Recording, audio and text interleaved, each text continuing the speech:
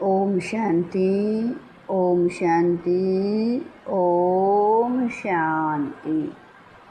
6/6/25 प्रातः मुरली। ओम शांति।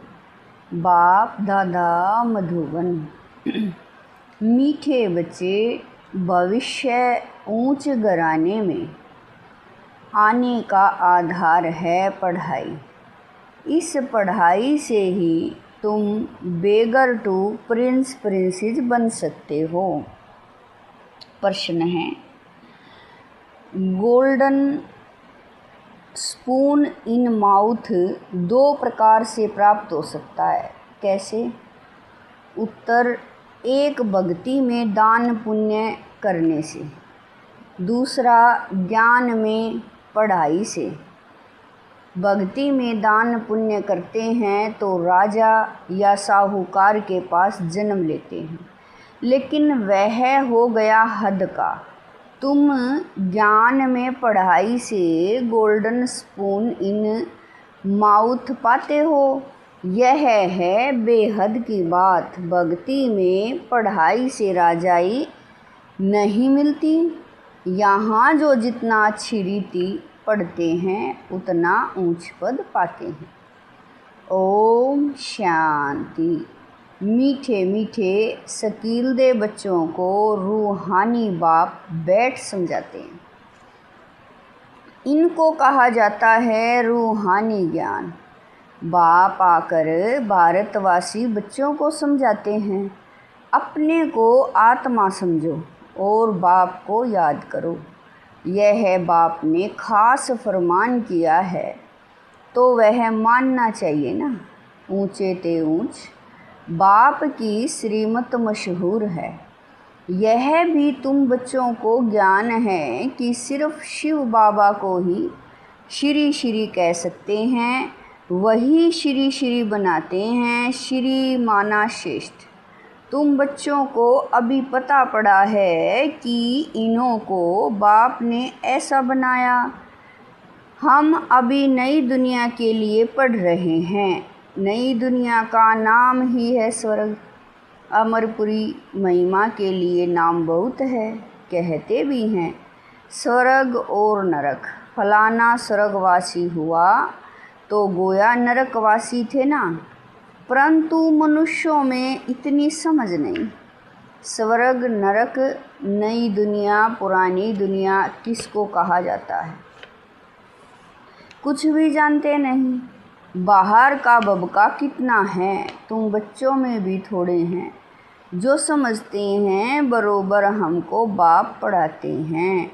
हम यह लक्ष्मी नारायण बनने के लिए आए हैं। हम बेगर टू प्रिंस बनेंगे।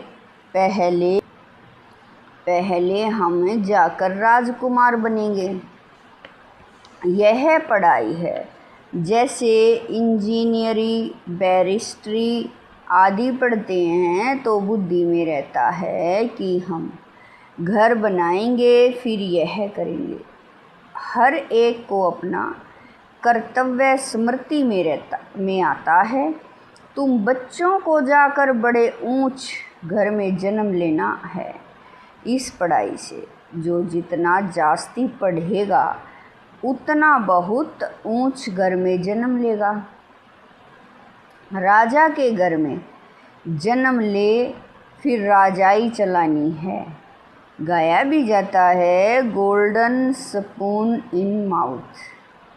एक तो ज्ञान द्वारा यह गोल्डन स्पून इन माउथ मिल सकता है। दूसरा, अगर दान पुण्य अच्छी रीति करें तो भी राजा के पास जन्म मिलेगा। वह हो गया हद का, यह है बेहद का।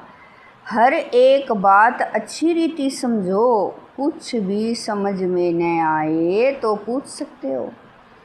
नोट करो यह बातें बाबा से पूछना है। मुख्य है ही बाप के याद की बात। बाकी कोई संशय आदि है तो उनको ठीक कर देंगे। यह भी बच्चे जानते हैं, जितना भक्ति मार्ग में दान पुण्य करते हैं तो साहूकार के पास जन्म लेते हैं। जो कोई बुरा कर्म करते हैं तो फिर ऐसा जन्म मिलता है। कोई कोई का तो ऐसा कर्म बंधन है जो बात मत पूछो। यह सब हैं पास्ट का कर्म बंधन। राजाएं भी कोई कोई ऐसे होते हैं, बड़ा कर्म बंधन कड़ा होता है। इन लक्ष्मी नारायण को तो कोई बंधन नहीं, वहाँ है ही योग बल की रचना। जबकि योग बल से हम विश्व की राजाई ले सकते हैं। तो क्या बच्चा पैदा नहीं हो सकता?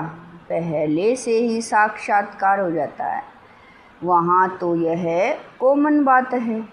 खुशी में बाजे बजते रहते हैं, बूढ़े से बच्चा बन जाते। महात्मा से भी बच्चे को जास्ती मान दिया जाता है, क्योंकि वह महात्मा तो फिर भी सारी लाइफ पास कर बड़ा हुआ है, विकारों को जानते हैं। छोटे बच्चे नहीं जानते, इसीलिए महात्मा से भी ऊंच कहा जाता है। वहाँ तो सब महात्माएं हैं। श्री कृष्ण को भी महात्मा कहते हैं, वह है सच्चा महात्मा। सतयुग में ही महान आत्माएं होती हैं, उन जैसे यहाँ कोई हो न सके। तुम बच्चों को अंदर में बहुत खुशी होनी चाहिए। अभी हम नई दुनिया में जन्म लेंगे। यह पुरानी दुनिया ख़त्म होनी है। घर पुराना होता है तो नए घर की खुशी होती है ना। कितने अच्छे अच्छे मार्बल आदि के घर बनाते हैं। जैनी लोगों के पास पैसे बहुत होते हैं, वह अपने को ऊंच कुल में समझते हैं। वास्तव में यहाँ कोई ऊंच कुल तो है नहीं। ऊंच कुल में शादी के लिए घर ढूंढते हैं, वहाँ कुल आदि की बात नहीं होती। वहाँ तो एक ही देवताओं का कुल होता है, दूसरा न कोई। इसके लिए तुम संगम पर अभ्यास करते हो कि हम एक बाप के बच्चे सब आत्मा हैं। आत्मा है फर्स्ट, पीछे है शरीर। दुनिया में सब देह अभिमानी रहते हैं, तुमको अभी देही अभिमानी बनना है। गृहस्थ व्यवहार में रहते अपनी अवस्था को जमाना है। बाबा को कितने बच्चे हैं, कितना बड़ा गृहस्थ है, कितने ख्यालात रहते होंगे। इनको भी मेहनत करनी पड़ती है। मैं कोई सन्यासी नहीं हूँ, बाप ने इनमें प्रवेश किया है। ब्रह्मा विष्णु शंकर का चित्र भी है ना। ब्रह्मा है सबसे ऊंच, बाबा कह रहे हैं। तो उनको छोड़ बाप किस में आएंगे? ब्रह्मा कोई नया पैदा नहीं होता। देखते हो ना, इनको कैसे अडॉप्ट किया। तुम कैसे ब्राह्मण बनते हो, इन बातों को तुम ही जानो और क्या जाने। कहते यह तो जवारी था, इनको तुम ब्रह्मा कहते हो। उनको क्या पता इतने ब्राह्मण ब्राह्मणियाँ कैसे पैदा होंगे। एक एक बात में कितना समझाना पड़ता है। यह बहुत गूढ़ा बातें हैं ना। यह ब्रह्मा व्यक्त, वह अव्यक्त। यह पवित्र बन फिर अव्यक्त हो जाते हैं। यह कहते हैं मैं इस समय पवित्र नहीं हूँ, ऐसी पवित्र बन रहा हूँ। बाबा कह रहे हैं, यह कहते हैं मैं इस समय पवित्र नहीं हूँ, ऐसा पवित्र बन रहा हूँ। प्रजापिता तो यहाँ होना चाहिए ना, नहीं तो कहाँ से आए। बाप खुद समझाते हैं, मैं पतित शरीर में आता हूँ, ज़रूर इनको ही प्रजापिता कहेंगे। सूक्ष्म वतन में नहीं कहेंगे, वहाँ प्रजा क्या करेगी। यह इंडिपेंडेंट पवित्र बन जाते हैं, जैसे यह भी पुरुषार्थ करते हैं। वैसे तुम पुरुषार्थ कर इंडिपेंडेंट पवित्र बन जाते हो, विश्व के मालिक बनते हो ना। स्वर्ग अलग नरक अलग है। अभी तो कितना टुकड़ा टुकड़ा हो गया है। 5000 वर्ष पहले की बात है, जबकि इनका राज्य था। वो लोग फिर लाखों वर्ष कह देते हैं। यह बातें समझेंगे भी वही जिन्होंने कल्प पहले समझा होगा। तुम देखते हो यहाँ मुसलमान, पारसी आदि सब आते हैं। खुद मुसलमान फिर हिंदुओं को नॉलेज दे रहे हैं। वंडर है ना। समझो कोई सिख धर्म के हैं, वह भी बैठ राजयोग सिखलाते हैं। जो कन्वर्ट हुए हैं वह फिर ट्रांसफ़र हो देवता कुल में आ जाएंगे। सैपलिंग लगता है तुम्हारे पास क्रिश्चियन, पारसी भी आते हैं, बोधी भी आएंगे। तुम बच्चे जानते हो जब समय नज़दीक आएगा तब चारों ओर से हमारा नाम निकलेगा। एक ही भाषण तुम करेंगे तो ढेर तुम्हारे पास आ जाएंगे। सबको स्मृति आ जाएगी हमारा सच्चा धर्म यह है। जो हमारे धर्म के होंगे वह सब आएंगे तो यहाँ, बाबा कह रहे हैं वह सब आएंगे तो सही ना। लाखों वर्ष की बात नहीं है। बाप बैठ समझाते हैं। तुम कल देवता थे, अभी फिर देवता बनने के लिए बाप से वर्षा ले रहे हो। तुम सच्चे सच्चे पांडव हो। पांडव अर्थात पंडे, वो हैं जिस्मानी पंडे। तुम ब्राह्मण हो, रूहानी पंडे। तुम अभी बेहद के बाप से पढ़ रहे हो। यह नशा तुमको अब बहुत होना चाहिए। हम बाप के पास जाते हैं, जिनसे बेहद का वर्षा मिलता है, वह हमारा बाप टीचर भी है। इसमें पढ़ने के लिए कोई टेबल, कुर्सी आदि की दरकार नहीं। यह तुम लिखते हो सो भी अपने पुरुषार्थ के लिए। वास्तव में यह समझने की बात है, शिव बाबा तुमको पत्र लिखने के लिए यह पेंसिल आदि उठाते हैं। बच्चे समझेंगे शिव बाबा के लाल अक्षर आए हैं। बाप लिखते हैं रूहानी बच्चे भी समझते हैं रूहानी बाबा वह बहुत ऊंचे ते ऊंच है, उनकी मत पर चलना है। बाप कहते हैं काम महाशत्रु है, यह आदि मध्य अंत दुख देने वाला है। उस भूत के वश मत हो, पवित्र बनो। बुलाते भी हैं हे पतित पावन। तुम बच्चों को अभी बड़ी ताकत मिलती है राज्य करने की, जो कोई जीत पा न सके। तुम कितने सुखी बनते हो, तो इस पढ़ाई पर कितना टेंशन देना चाहिए। हमको बादशाही मिलती है, तुम जानते हो हम क्या से क्या बन रहे हैं। भगवान वाच है ना, मैं तुमको राजयोग सिखलाता हूँ, राजाओं का राजा बनाता हूँ। भगवान किसको कहा जाता है यह भी किसी को पता नहीं। आत्मा पुकारती है ओ बाबा, तो मालूम होना चाहिए ना वह कब और कैसे आएंगे। मनुष्य ही तो ड्रामा के आदि मध्य अंत डायरेक्शन आदि को जानेंगे ना। जानने से तुम देवता बन जाते हो। ज्ञान है ही सदगति के लिए। इस समय है कलयुग का अंत, सब दुर्गति में है, सतयुग में होती है सदगति। अभी तुम जानते हो बाबा आया हुआ है सर्व की सदगति करने, सबको जगाने आए हैं। कोई कब्र थोड़ा ही है, परंतु घोर अंधियारे में पड़े हैं, उनको जगाने आते हैं। जो बच्चे घोर अंधियारे, बाबा कह रहे हैं जो बच्चे घोर नींद से जग जाते हैं, उनके अंदर खुशी बहुत होती है। हम शिव बाबा के बच्चे हैं, कोई किस्म का फिक्र नहीं है। बाप हमको विश्व का मालिक बनाते हैं। रोने का नाम नहीं, यह है रोने की दुनिया, वह है हर्षित रहने की दुनिया। उन्हों के चित्र देखो कैसे शोभनिक हंसमुख बनाते हैं, वह फीचर्स तो यहाँ निकाल न सके।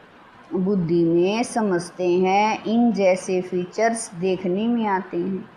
तुम मीठे मीठे बच्चों को अभी स्मृति आई है कि भविष्य में अमरपुरी के हम प्रिंस बनेंगे। इस मृत्यु लोक को, इस बंबोर को आग लगनी है। सिविल वार में भी एक दो को मारते कैसे हैं, किसी को हम मारते हैं वह भी पता नहीं पड़ता। हाहाकार के बाद जय जयकार होनी है, तुम्हारी विजय, बाकी सब विनाश हो जाएंगे। रुद्र की माला में पिरोकर फिर विष्णु की माला में पिरोए जाएंगे। अभी तुम पुरुषार्थ करते हो अपने घर जाने के लिए। भक्ति का कितना फैलाव है, जैसे झाड़ के अनेक पत्ते होते हैं वैसे भक्ति का फैलाव है। बीज है ज्ञान, बीज कितना छोटा है, बीज है बाबा। इस झाड़ की स्थापना, पालना और विनाश कैसे होता है यह तुम जानते हो। यह वैरायटी धर्मों का उल्टा झाड़ है, दुनिया में एक भी नहीं जानते। अब बच्चों को बहुत मेहनत करनी है बाप को याद करने की, तो विक्रम विनाश हो। वह गीता सुनाने वाले भी कहते हैं मन मना भव, सब देह के धर्म छोड़ अपने को आत्मा समझ बाप को याद करो। मनुष्य इसका अर्थ थोड़ा ही समझते हैं। वह है ही भक्ति मार्ग, यह है ज्ञान मार्ग।